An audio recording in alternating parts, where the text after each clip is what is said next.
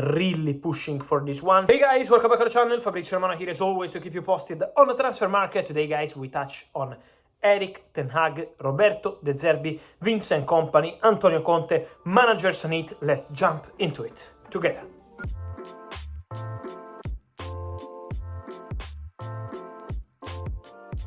And so guys, let me start with Vincent Kompany. Bayern finally have their new manager after trying for Xabi Alonso, after trying for Ralf Rangnick, after trying for Julian Nagelsmann, after having several conversations around Europe. Now we can say that Bayern have their new coach. Here we go, because Vincent Kompany will be new Bayern manager. Agreement done between Bayern and Barley, 12 million euros as a compensation fee. 3-year contract for Vincent Kompany. Bayern director Max Eberl really pushing for this one. He's convinced that Vincent Kompany can become a very, very special manager in the future, talented manager.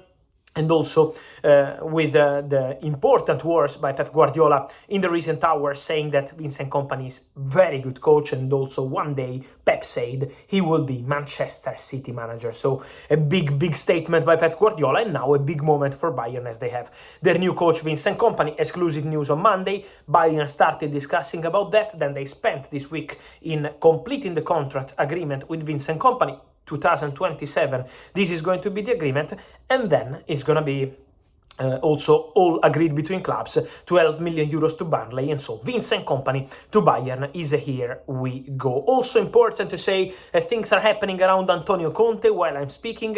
It's Saturday night, and Napoli keep focusing on their new coach with Antonio Conte, a strong and serious candidate already since months, but now the conversation between Napoli and Antonio Conte is really concrete, is entering into crucial stages. Antonio Conte, as I told you, you remember weeks ago, was never offering himself to any club, despite the rumors we had on Conte offering himself to Chelsea. He was never really offering himself to anyone. Antonio Conte doesn't need to offer himself to anyone. He's one of the best coaches in the world, and Antonio was absolutely not trying at all to offer himself to any club, just waiting for the right opportunity, and Conte believes that Napoli could be the right opportunity. Conte is super keen on this opportunity in terms of club, in terms of team, in terms of rebuilding, in terms of accepting what the club wants to do with him. Also in terms of money, Antonio Conte is requesting an important salary, but not a crazy salary. So Conte is super keen on Napoli, and let me say that it will be super exciting to see a manager like Antonio Conte in a passionate city,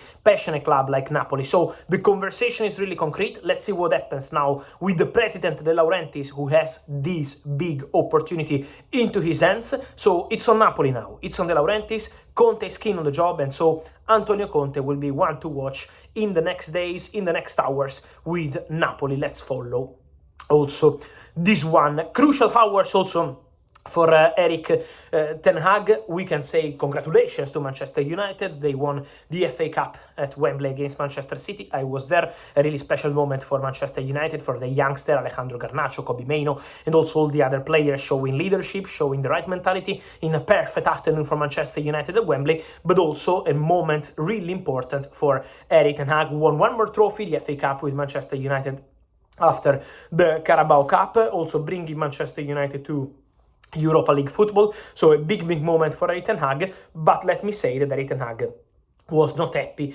with the situation around him. First of all, in terms of media, Erik ten Hag was not happy with the reports coming out of some media saying that he was 100% out of Manchester United at the end of the season. So he was not happy about that. He doesn't understand how it's possible to say this kind of rumors before a cup final in terms of respect for his job. So this was the first point for Erik ten Hag, who spent the entire week to see this kind of stories. But also the reality, and we have to tell you what's the reality, is that Manchester United didn't communicate anything to Erik ten Hag. So they never informed Erik ten Hag about any decision to fire him, to sack him. It was never that kind of process around Erik ten Hag. No formal process, but behind the scenes, people from Manchester United had some initial meetings with some managers, some representatives of managers who wanted to understand what was the situation at Manchester United. So Man United started kind of process to find a new coach, but never really decided yet what they want to do with Erik ten Hag. So it remains an open situation. Let's see what happens after the special Wembley afternoon, but at the same time, Man United really had conversation with representatives of managers to explore a potential new era without Erik ten Hag at the club. So that's the reality, but ten Hag was not happy about that. This is why ten Hag also speaking in public, even before the game, said Ineos, the new owners, always told me that they want to build with me as head coach,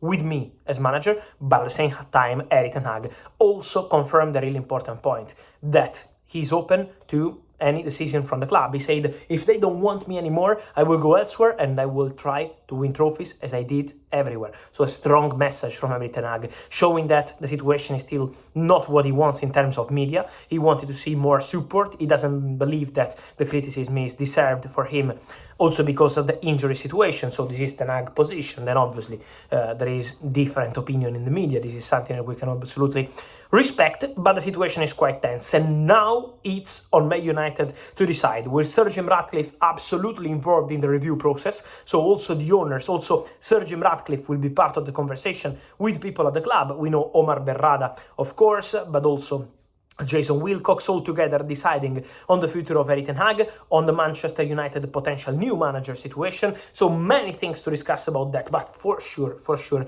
Erik ten Hag will be the crucial part of the review process that Manchester United will do in the next days to decide on the manager situation. So get ready, because soon we will know on Manchester United manager, and then soon we will know also what's going to happen with Roberto De Zerbi, who is, yes, available on the manager's market after he left Brighton, but in the agreement to leave Brighton, it's important to say there is a new release clause. Not a new release clause, but a different release clause, because the original release clause was around 15 millions for Roberto De Zerbi when he was under contract at Brighton. Then, as part of the agreement to leave the club and find a common ground between De Zerbi and Brighton, now the clause is still there, but it's a different clause. It's less than 15 million euros and also less than 10 million euros. We can say that. So now De Zerbi is obviously one of the big names available. Let's see what's going to happen with the manager's domino. We know that Chelsea are still looking for a manager. We mentioned many candidates for Chelsea, from Maresca to McKenna, also Thomas Frank. Let's see what's going to happen around the situation of Manchester United, because in case they change the manager, we have to see what kind of coach they want. Thomas Tuchel is super keen on the job, but who is the man they really want at Manchester United? A young manager, an experienced manager, something that they still didn't decide because they need to review the situation and decide on ten Hag. De Zerbi is there. De Zerbi could be free with a good clause. No longer 15 millions, but a cheap clause. And so that could be something to watch in the next days and weeks. And so let's see what's going to happen also there, but for sure, busy days, busy hours are coming. And so guys, let me know your thoughts on Roberto De Zerbi, Antonio Conte, Vincent Kompany, and Erik ten Hag. In or out? What's your opinion, guys? Let me know your opinion here in the comments. Remember to like this video, turn on the notification bell, subscribe to the channel. See you soon with Fabrizio. Ciao!